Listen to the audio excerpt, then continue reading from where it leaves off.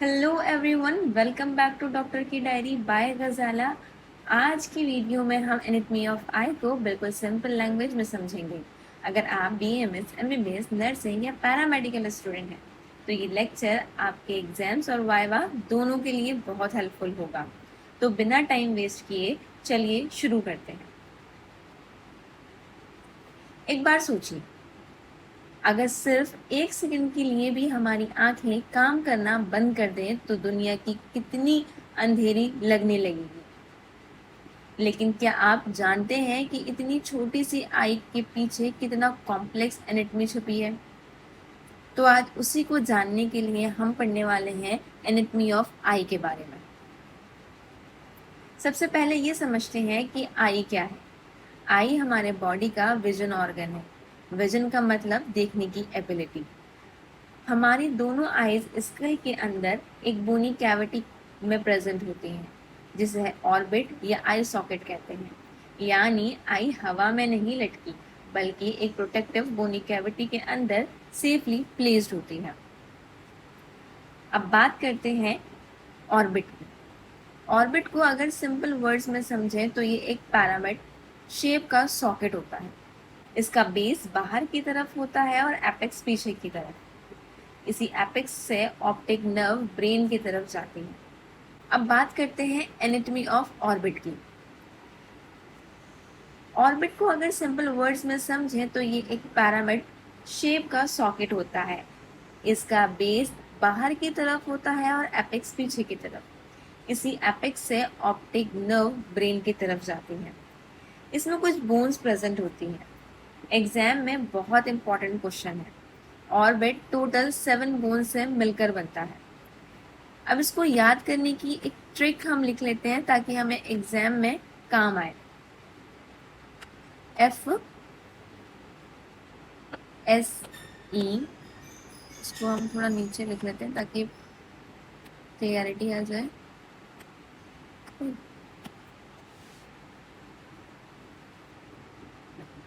F S E M P L Z, please FSM, FSEM। इससे क्या होगा कि हम अपनी सातों बोन्स को इजीली याद रख पाएंगे। तो F से हमारा क्या हो गया? Frontal bone. S से स्फेनॉइड बोन। E से इथेमॉइड बोन। M से मैक्सिला। P से पैराइटल बोन।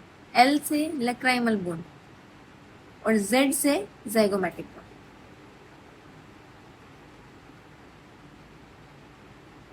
अब बात करते हैं मेजरमेंट्स ऑफ ऑर्बिट की। अब हम उसको कैसे मेजर करेंगे?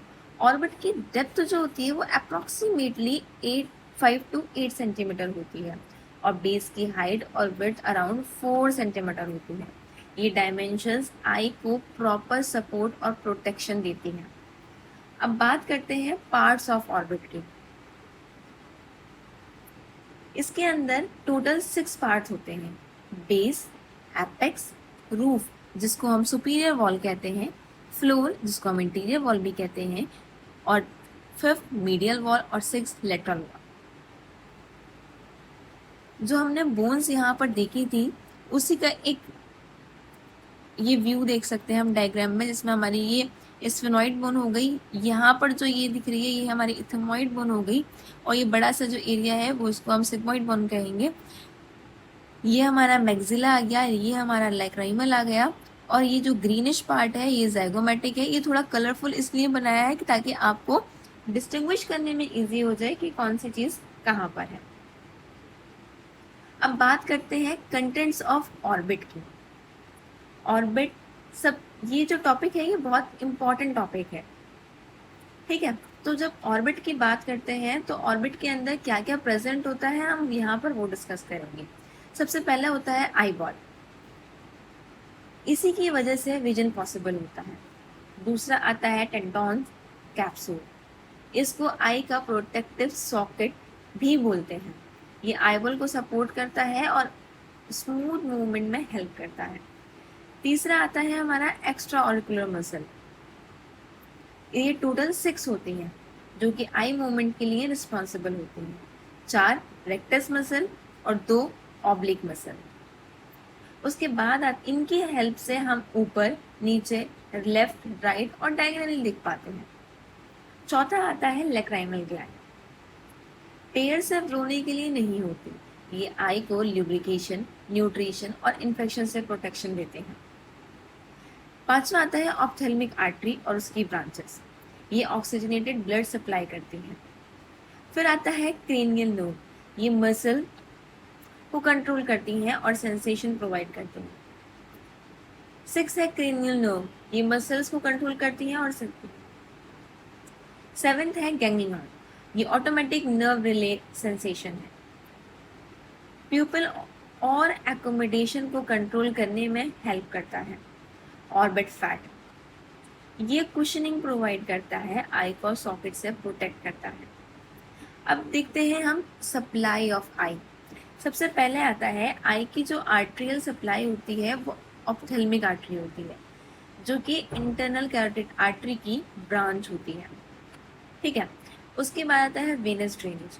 तो ऑप्थेल्मिक वेन जो है उसी के थ्रू वेनस ड्रेनेज होता है। अब आता है नर्व सप्लाई, ये वाइवा का फेवरेट क्वेश्चन होता है।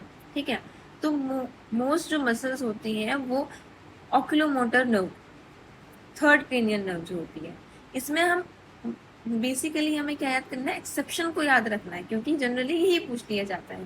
तो इसके लिए एक और निमोनिक है LR6SO4। ठीक है, ये क्या है, यानी कि लेटरल रेक्टस 6 क्रेनियल नर्व और superior oblique 4th cranial nerve. ठीक है, बाकी जो थर्ड नर्व है ये बाकी जो सब बची वो थर्ड क्रेनियल नर्व है। ठीक है, तो ये जो निमोनिक है ये एग्जाम में बहुत पूछा जाता है। दूसरा आता है सेंसरी, ये ट्राइजेमिनल नर्व की है, ऑप्थेल्मिक डिवीजन 1 और मैक्सिलर डिवीजन 2। ठीक है, अब ये जो पार्ट है इसको अगर हम याद रखेंगे तो हमें पूरी एनाटॉमी इजीली याद भी हो जाएगी और हमें ज़्यादा कैलकुलेट भी करने की ज़रूरत नहीं पड़ेगी। ठीक है, तो अब बात करते हैं आई की एक्सेसरी स्ट्रक्चर की। अब एक्सेसरी स्ट्रक्चर्स क्या होते हैं, ये डायरेक्टली विजन नहीं करते लेकिन आई को प्रोटेक्ट करते हैं।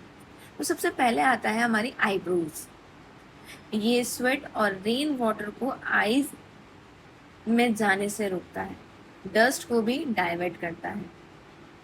दूसरा आता है हमारे आईलिड्स, ये क्या करते हैं, प्रोटेक्टिव डोर्स की तरह काम करते हैं।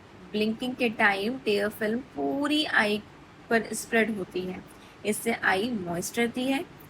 अपर आईलिड लोअर आईलिड से ज़्यादा मोबाइल होता है। अब चौथा पॉइंट आता है लेयर्स ऑफ आईलिड। इसकी सबसे पहली लेयर जो होती है वो स्किन होती है, जिसको हम क्यूटेनियस लेयर भी बोलते हैं। दूसरी आती है मस्कुलर लेयर, और तीसरी आती है फाइब्रस लेयर, और चौथी आती है म्यूकस लेयर, जिसको हम पैल्पेब्रल कंजक्टाइवा भी बोलते हैं।